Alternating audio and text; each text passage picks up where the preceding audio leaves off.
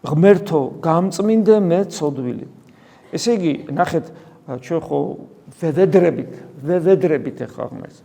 და მე ვევედრები პირველი, რასაც ვაკეთებ, ვეუბნები, რომ გამწმინდე მე ცოდვილი, ცოდვილი, ანუ მე ვიაზრებ ჩემ ცოდვას. გაცნობიერებულია მქონდეს, რომ მე ვარ ცოდვილი. ცოდვა ნიშნავს რას? არა იმას, რომ რაღაცას ვაშავებ უბრალოდ, არამედ აცდენილი ვარ გზას, რომელსაც ქვია ქრისტე. ღვთისნებას არ ვითვალისწინებ და შესაბამისად არ ვცხოვრობ. ამას ნიშნავს ცოდვილი და განწმენდა ნიშნავს იმას, რომ ჩემი გული განიწმინდოს ვნებებისგან. და ეს ნიშნავს იმას, რომ ვნებები რატომ აქვს? იმიტომ რომ ჩემი ბუნებითი ნებით ვცხოვრობ, რომ შენი ნებით ვიცხოვრო და თუ შენი ნებით ვიცხოვრებ, მაშინ ვნებებისგანაც განვიწმინდები. ეს ესე მოხდება, ეს ეგრევე ხდება, ეგრევე იწმინდება ადამიანის გული. რა შეება განწმენდილი გული?